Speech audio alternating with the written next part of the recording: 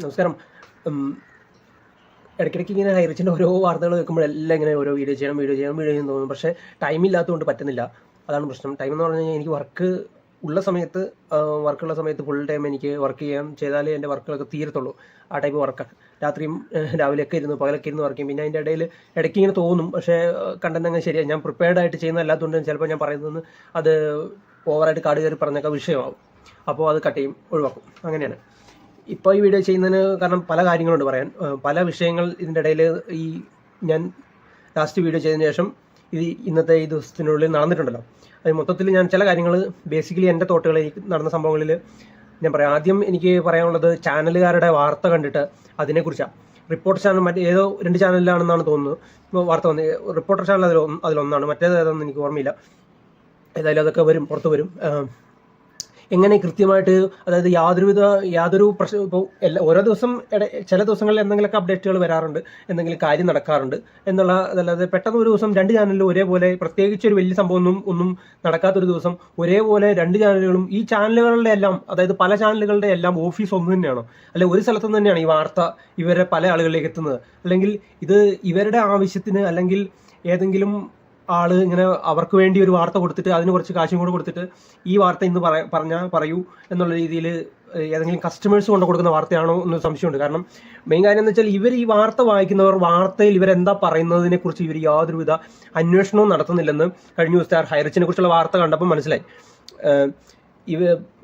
ഒന്നാമത്തെ കാര്യം എന്ന് വെച്ചാൽ ഈ ഹൈറിച്ച് പറ്റിച്ചതിന്റെ ഹൈറിച്ച് ഒരു തട്ടിപ്പ് കമ്പനിയായി ചിത്രീകരിക്കാൻ വേണ്ടിയാണ് ആ വാർത്തയുടെ ഒരു പോർഷൻ മുഴുവൻ അതിൽ ചിത്രീകരിച്ച് അങ്ങനെ കൊണ്ടുവരികയാണ്. അപ്പോൾ അതിൽ തുടങ്ങുന്നത് ഇങ്ങനെ തട്ടിപ്പ് കമ്പനി തുടങ്ങി എന്നൊക്കെ പറഞ്ഞിട്ട് പിന്നെ പറയുന്നുണ്ട് ഒരു മേജർ ഫോൾട്ട് ഇവർ ഇല്ലാത്ത കാര്യം പറയുന്നത് വെച്ചാൽ ആളുകൾ പൈസ അതായത് ആളുകൾ നിക്ഷേപിച്ചതിന് ശേഷം നിക്ഷേപിച്ച തുക കിട്ടാതെയായി വന്നു തുടങ്ങിയപ്പോൾ അതിന്റെ എണ്ണം കൂടിക്കൂടി വന്നപ്പോൾ, അതായത് കിട്ടാത്ത ആളുകൾ പൈസ കൊടുത്തിട്ട് ഹൈറിച്ചിലേക്ക് പൈസ ഏത് വിധാനമാണെങ്കിലും ഇവരുടെ രീതിയിൽ പറഞ്ഞാൽ നിക്ഷേപമെങ്കിലും ആയിട്ടെങ്കിൽ നിക്ഷേപമായിട്ട് അത് ഇവരുടെ രീതി. എന്നാലും അങ്ങനെയെങ്കിൽ എന്തായാലും പൈസയാണല്ലോ കൊടുത്തത്. അപ്പോൾ പൈസ കൊടുത്തവർക്ക് തിരിച്ചൊന്നും കിട്ടാതെ റിട്ടേൺ അവരുടെ പൈസ പോയതുപോലെ തോന്നുമ്പോൾ, അതായത് ഒന്നും കിട്ടാതെ വരുന്ന ഒരു അവസ്ഥയിൽ കസ്റ്റമേഴ്സ് നിക്ഷേപകർ കേസ് കൊടുക്കാൻ തുടങ്ങിയ ശേഷം കേസുകൾ കൂടിക്കൂടി വന്നപ്പോൾ അന്വേഷണം നടത്തി. അങ്ങനെയാണ് അതിന്റെ നടപടികൾ സ്റ്റാർട്ട് ചെയ്തത്. ഈ അന്വേഷണമൊക്കെ തുടങ്ങിയത് അങ്ങനെ കേസുകൾ കൂടിക്കൂടി വന്നപ്പോഴാണെന്നാണ് പറയുന്നത്. അല്ല, ഈ ഫ്രീസിംഗ് ഒക്കെ നടക്കുന്നത് ഇങ്ങനെ കേസ് കൊടുത്ത് ആളുകൾ കൂടുതൽ കേസ് കൊടുക്കാൻ തുടങ്ങിയപ്പോഴാണ് ഈ ഫ്രീസിങ്ങും സംഭവങ്ങളൊക്കെ സർക്കാർ നടപടിയെടുത്തതെന്നൊക്കെയാണ് പറഞ്ഞത്. പക്ഷേ അങ്ങനെയല്ലല്ലോ ശരിക്കും. കേസുകൾ കൂടിക്കൂടി വന്നിട്ടൊന്നുമില്ല. കേസ് പിന്നെ ഏകദേശം അടുത്ത സമയങ്ങളിൽ തന്നെ GST വകുപ്പിന്റെ ഒരു റെയ്ഡ് ഉണ്ടാവുന്നു. അതേ സമയത്ത് തന്നെ മറ്റേ ആൾ അവിടെ ഇത് കൊടുത്തിട്ടുണ്ട്. അത് ഇതിന്റെ രണ്ടിൽ ഏതാണ് ആദ്യം നടന്നതെന്ന് അറിയത്തില്ല, എന്തായാലും എനിക്കറിയില്ല. എന്തായാലും ഏകദേശം ഒരേ സമയത്താണ് ഈ പരിപാടികൾ നടക്കുന്നത്. അതും 1-2 കേസം കണ്ടാ കൊടുക്കുന്നത്. ഹൈറിച്ചിൽ ഇപ്പം ഇന്നലെ ജോയിൻ ചെയ്തെന്ന് പറയുന്ന അത്രയും പെട്ടെന്ന് വത്സൻ ജോയിൻ ചെയ്തോന്ന് എനിക്കറിയില്ല. ചെയ്താലും വളരെ പെട്ടെന്ന് ഈ ഒരു ഉദ്ദേശത്തിൽ ഒരു കേസ് കൊടുക്കുക എന്നുള്ള ഒരു ഉദ്ദേശത്തിൽ വത്സന് പിന്നെ എന്തെങ്കിലും സാമ്പത്തിക നഷ്ടം ഹൈറിച്ചിൽ ഉണ്ടായോ എന്ന് ചോദിച്ചാൽ എനിക്കറിയത്തില്ല. ഇല്ല, അത് ക്ലിയർ ആയിട്ടും ഉറപ്പായിരിക്കും. പൈസ കൊടുത്തേച്ച് പിറ്റേ ദിവസം തന്നെ എൻ്റെ പൈസ ഇങ്ങ് താടോ എന്ന് പറഞ്ഞാൽ അങ്ങനെ കൊടുക്കാനുള്ള പൈസ കൊടുക്കണ്ടല്ലോ.